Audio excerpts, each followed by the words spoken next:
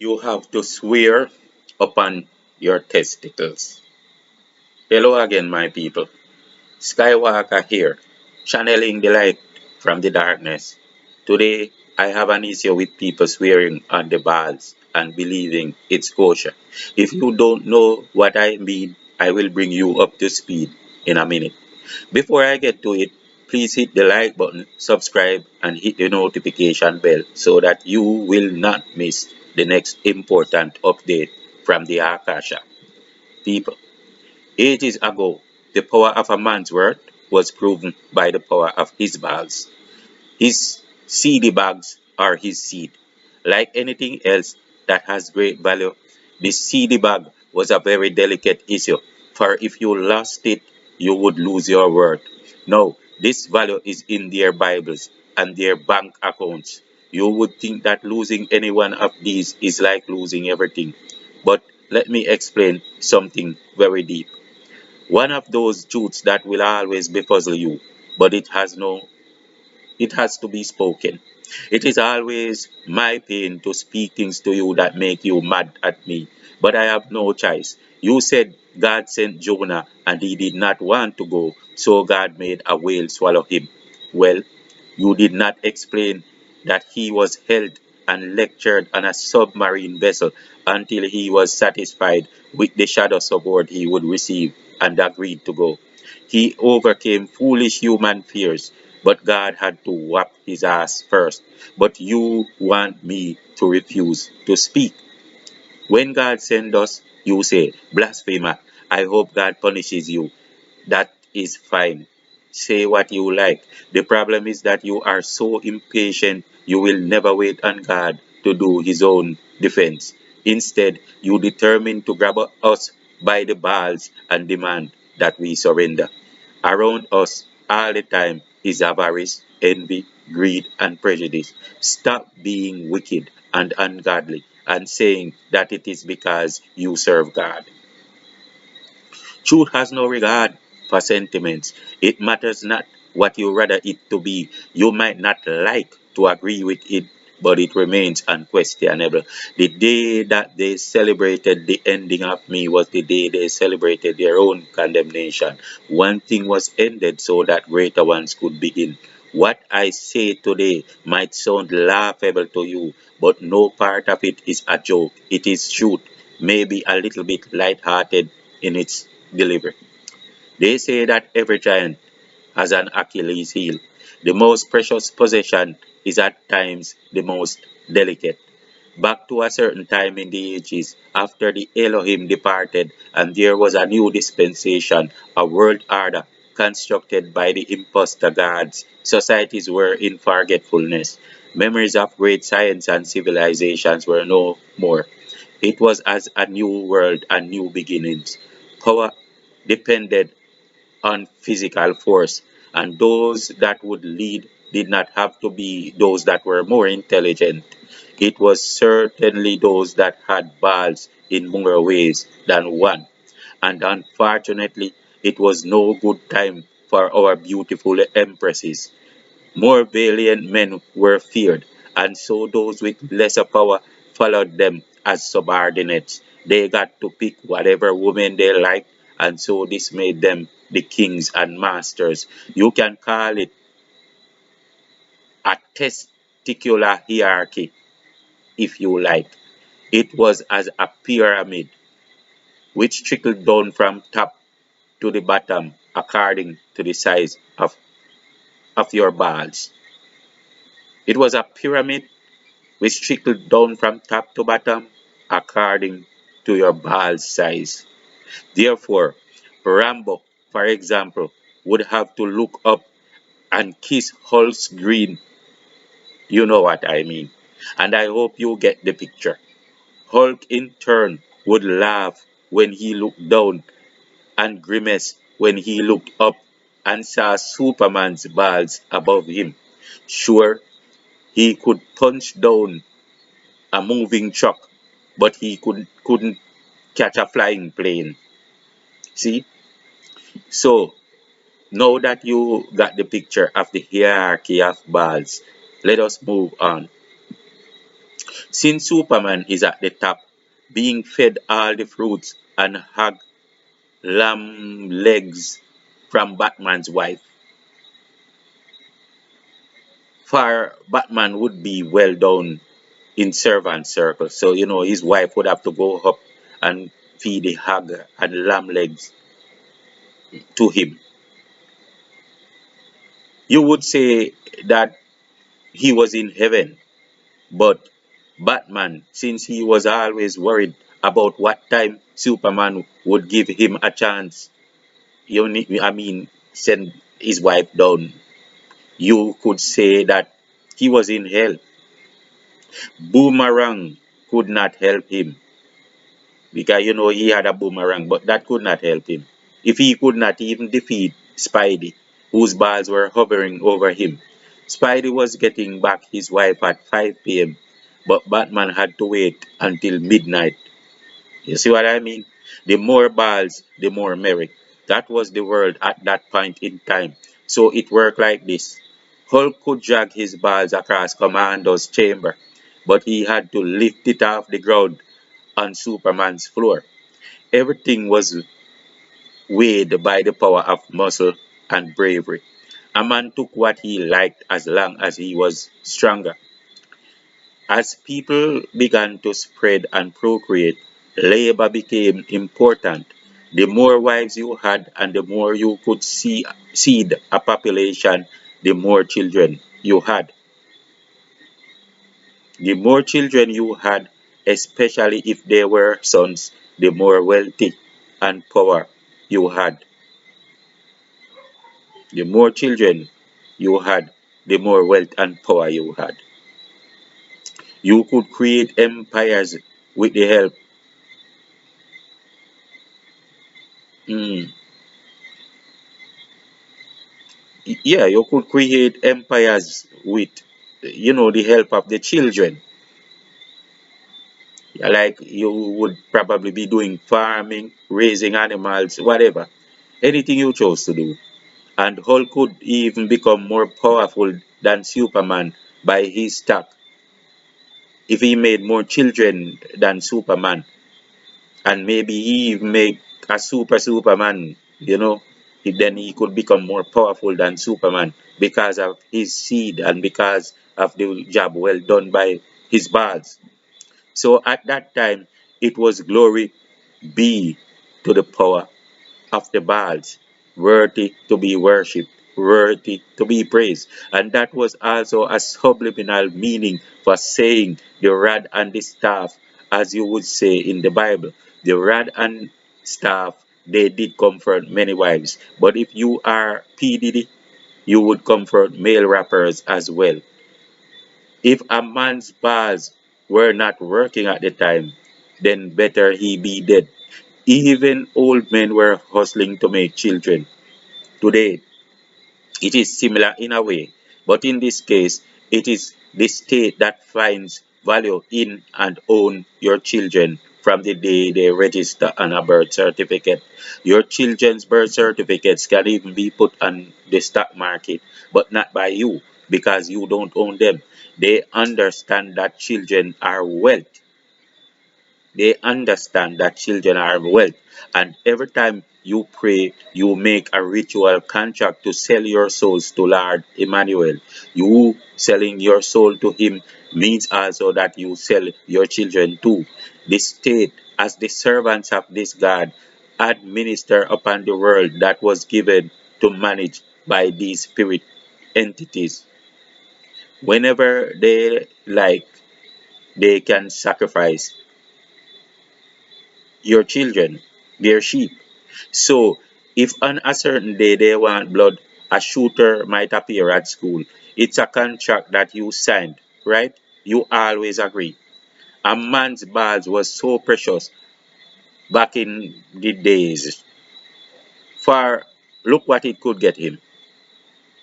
It could get him something like the equivalent of an empire then, right? You have a dozen sons out in the field working and creating. It's like a factory. It's like you have a manufacturing company. Even when you talk about Baal, the deity. It was about the Baals. Coming down the line in history, we get to a point where the Baals was even worshipped. Even the Bible was named the Testaments, both of them. One was old and the other new. Yeah, the Bible was named the Testaments, the testicles. One was old and the other new, and I will explain why. It is because the old dispensation was driven by the worship of the Baals, the old Baals, the impregnating member, and now the new dispensation was to also be driven by the Baals and all manner of spiritual and physical sex magic, but it had to be in a subliminal form. So now you had the comforting rod and staff, aka the Word and the Testament. The Word is the impregnating member that impregnates the mind, and the Baals or testaments are the impregnating members that impregnates the body. The Bible scriptures and laws are referred to as canons because canons have the biggest balls and it is shaped like a penis with the wheels like balls. To some degree, the vagina was recognized too, but somehow women seem to forget to make their own book of vaginaments and stop bickering about chauvinism. In fact, they must because the ancient rule was that women cannot go to heaven, and I shall soon explain why. I must admit that it makes sense too. So I hope the women will plan their comeback on this one. One magic act of sex magic for sorcery is the consistent DNA magic spell that is applied to black women. To say the canon is law, the fear of the Lord is the beginning of wisdom, or anything like that are trigger words that subconsciously keep black women in check because of trauma. The ancient or the olden dramas. In later days, during slavery, one of the punishments for black women that vehemently resisted rape from white men was that they were told that it is either my balls or the cannon balls. Then the prideful ones that still resisted were put to sit on searing hot cannon balls until they blistered and died slowly and horribly. The Bible is embedded with trigger words, often repeated, and the black woman sustains a subconscious fear of the white master, even to the degree that they rather obey a white man instead of a black man. They will readily suffer their little children to come on to their white masters. If you look at the Gothic church building, you will likely see a rooster at the top. It symbolizes a crowing or erect cock. There were lots of those back in the days. Or maybe you see a spike-like thing pointing up at the top. It is an erect penis on the top of your church building. So then you will look up and kiss the Emmanuel as you know what I mean. At the windows too, you might see that V-shaped groove, and some of them even have a clitoris on it. The men held on to their power, but the women would rather not. Still, I believe that their strategy worked better, and soon you will see why. People bet on their lives. People bet on their lives, their money, and whatever they have of highest value. Is that true? They swear. In fact, some of them bet on their mother's life. I swear on my mother's life. They swear on them. In the olden days, their most valuable possession was ding dong. You know what time it is. If you took an oath, you took an oath upon your balls. Therefore, why women could not go to heaven was because they could not produce that necessary oath, not with that important utility missing. So I suppose the men were going around and mocking, na na na na na na, you can't go to the Father or something like that. And there were all these men claiming that they ruled society and that they had the bigger balls. Then one day, I don't know who told about the Achilles heel, but one single woman held on to the balls and by squeezing, she brought down a monster of a man and she held him at her mercy to surrender. Mankind could not afford to lose his power, being so easily defeated by a single squeeze of a young maiden's fingers? Oh, come on. Immediately, trumpets were sounded, bells were ringing, no pun intended. Trumpets were sounding and bells were ringing, and new laws spread across society like wildfire. It was now an abomination for a woman in dispute with a man to defend herself by unjustly clutching at his divine vessel. At that time, a woman who clutched at a man's balls for any reason would be punished by death. When the Bible said that this woman, was it Sarah or what woman? I don't remember. But she went into that man's bed and held on to his thighs. Do you believe that crap? The Bible was substituting thigh for balls. She had not had a man for long, and she held on to his balls and tried to seduce him. And when the patriarch of God held on to that angel's tie to force out a blessing out of him, why would you also believe that it was his tie? You think it is easy for him to hold on to that man's tie and put him in such pain? He held on to the angel's balls and told him he would not let go until he gave a blessing. Mighty as even the angel was, the Achilles heel was in the other guy's hand, and God could wait until later. He would now take instruction from the man. And also, in the old testicles, where it claims that any man swore on his thigh, it is a rotten lie. Do you think the Bible was named Tiaments? No, he swore by his balls, and I will tell you why.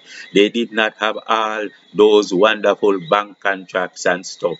So people had to swear on their credibilities. So when you would swear to the master, you would enter his chamber and offer your balls in a ritual that reminds you that if you lie under that oath, only God could help you. If you were being tried in court, your balls was held that if you were proven wrong, then it would be squeezed to the degree, the value, and to the right payback degree of your transgression. It would be squeezed to the degree, the value, and to the right payback degree or angle of your transgression. Women were dealt a hard blow in society, for they could not swear, and men would not allow them to use theirs because women can be so insensitive at times, and just because they were not feeling the squeezes themselves, they would be the men would be challenged, for the women could lie as much as they liked. See, remember that a well crushed balls was going to bring poverty to any man who did not make up his value by the number of children yet. The more wives he had, the richer the family, but it would not be any use without a healthy balls or without healthy balls. As the wisdom of mindset cultivation became more prevalent, and the understanding of how written words would deliver complete control of their mindsets, scriptures were soon made out as the words of God, and no one had to listen to God in his heart anymore. By the fact that the word is the impregnating object, it was named after the testicles. And then suddenly the woman started singing, Hallelujah. Hallelujah. Everyone now had at least two balls to swear upon. Now they could go to court. That exact ritual is still symbolically done in the court. That if you lie, so help you God. For the judge would have squeezed your balls to the very degree that you will have to repay. You cannot enter the court without the balls. You are given the testicles to swear upon, because without them to squeeze, you cannot be credible. This only this is only like a brief synopsis of a historical truth that most people do not know. So next time you see someone coming at you talking about missionary work, look at that book beneath their armpit. It is the testaments they will impregnate you by. You make that decision for yourself. I have no opinion here for you. Either you breathe or you leave. Like, share, and subscribe, my people. Peace out.